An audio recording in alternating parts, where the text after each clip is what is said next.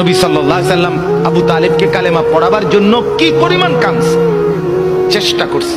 শেষ মুহূর্তে বলছে, চাচা চাচা কালেমাটা পড়েন না চাচা। বলছে না, মানুষের কাছে বেইজ্জতি হব, পড়বো না, মানুষ লজ্জা দিবে। আল্লাহ নবী সাল্লাল্লাহু আলাইহি সাল্লাম বলছে, কানে কানে বলেন, আমি কাউকে শোনাবো না, আমি শুধু হাসরের মাঠে বলবো, মৃত্যু পর্যন্ত চাচা ওয়াদা দিলাম জগৎবাসীকে শোনাবো না আপনি ঈমান আনছিলেন, কানে কানে কন। আবু তালেব বলছে না, কানে কানেও বলবো। এবার নবী বলে চোখের পানি ফেলতে ফেলতে, চাচা এমনও কইতেন না তো, ঠিক আছে চাচা আমি কালেমাটা পড়ি, আপনি শুধু ঠোঁটটা নাড়েন, আপনি শুধু ঠোঁটটা নাড়বেন, আমি হাসরের দিন বলবো মাওলা আমার চাচা কালেমা পড়ছিল এজন্য ঠোঁট নাড়ছে, একটু সুযোগ দেন। চাচা বলছে না না না, আমি ঠোঁটও নাড়বো না। আল্লাহ নবী তখন অঝরে কাঁদতেছিলেন আর চোখের পানি ফেলে বললেন, চাচা আপনি জাহান্নামের আগুনে জ্বলবেন, আমি সইব কেমন? আবু তালেব নাফরমান তখন কি বলছে জানেন? আন্নারু খায়রুম মিনাল আর। মুহাম্মদ, মানুষের কাছে লজ্জা পাওয়ার চাইতে আগুনে জ্বলা অনেক ভালো। বাপ, নিজেদের জিন্দেগিতে একবার ভাইবা দেখেন, আমিও ভাবি আপনিও ভাবেন এমন আচরণ আমার মধ্যে আছে কিনা। 3 দিন ধরে যে বাড়িতে মেয়ের বিয়েতে ছেলের বিয়েতে যে ডেক সেট বাজাইলেন, কারে খুশি করার জন্য? হ্যাঁ, 1 লক্ষ টাকার গেট, এরপরে গায়ে হলুদের এই নগ্ন অনুষ্ঠান কার জন্য করলেন? বেড়া বেড়ি সব, যুবক যুবতী সব একই মাইক্রো প্রাইভেট কারের ভিতরে যাতাযাতি করে বহাইয়া একখান থেকে একখানে নিলেন, কার জন্য? পুরা প্যান্ডেলের ভিতরে একসাথে বেড়া বেড়ি একত্রে খায়, নাচে, গায়, ফুর্তি করে, কার জন্য? শুধু সমাজ, সোসাইটি, পরিবেশ, সোসাইটি মেনটেন করছেন, সমাজ মেনটেন করছেন। ছেলেরা চাইছে, মেয়েরা চাইছে, বাচ্চারা চাইছে, এতে হেতে চাইছে, তো মালিক তিনি কি চাইছিল? ওনার কথা মনে হয় নাই? রাসূল সাল্লাল্লাহু আলাইহি সাল্লাম তার কথা মনে হয় নাই? বলেন, কিয়ামতের দিন নবী সাল্লাল্লাহু আলাইহি ওয়াসাল্লামের কাছে কোরআনে আছে, ফাকাইফা ইযা জিনা মিন কুল্লি উম্মাতিন বিশাহীদ ওয়া জিনা বিকা আলা হাউলা'i শাহীদা। নবীকে বলছে আল্লাহ, বন্ধু আপনার উম্মতের প্রত্যেকের আমলনামা আমি আপনার হাতে দেখাবো, আপনার হাতে, আপনার সামনে পেশ করব, আপনি দেখে কথা বলবেন আমার কাছে, সুপারিশ আপনি কইরেন, মানা নাই, কিন্তু আপনি দেখে করবেন।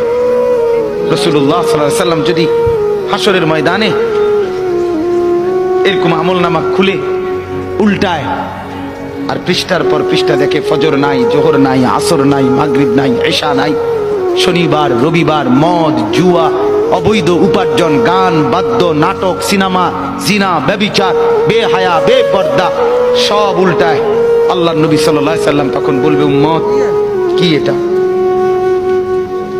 উম্মত, আমার 23 বছরের এত চোখের পানির কথা একবারও মনে হয় নাই? কি আনছো এটা আমারে? উম্মত, তুমি জানো না আমি যে তায়েফের পাথরের আঘাতে পুরা পিঠ চালনির মতো ঝাঁঝরা বানায় ফেলছে আমার? শোনো নাই তুমি? আমারে যে উহুদের ময়দানে দান দান শহীদ করে রক্তাক্ত করছে, তুমি শোনো নাই? আমি যে 14 দিন পেটে ক্ষুধার তাড়নায় পাথর বাঁধছিলাম, উম্মত তোমার মনে নাই?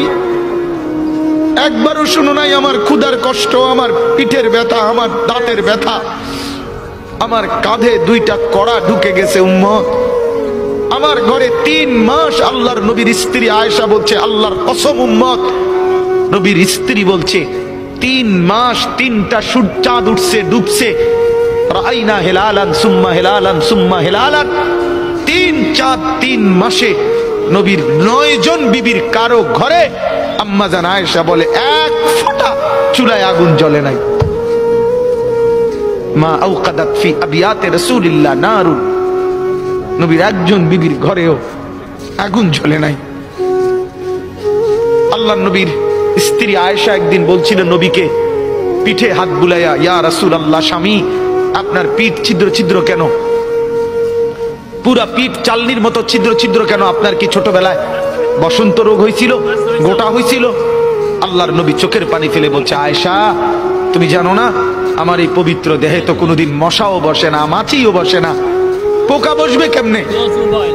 আমার পবিত্র দেহে তো হাঁটলে মেশকের গ্রান বের হয়, আমার পেশাব পায়খানাও তো কোনোদিন জমিনের উপরে 1 সেকেন্ড থাকে না, মাটি ফাঁক করে ভেতরে নিয়ে যায়, সেই আমার গায়ে গোটা হবে কেন? আয়েশা এগুলো আমার তায়েফের পাথরের আঘাতের রক্তের দাগ।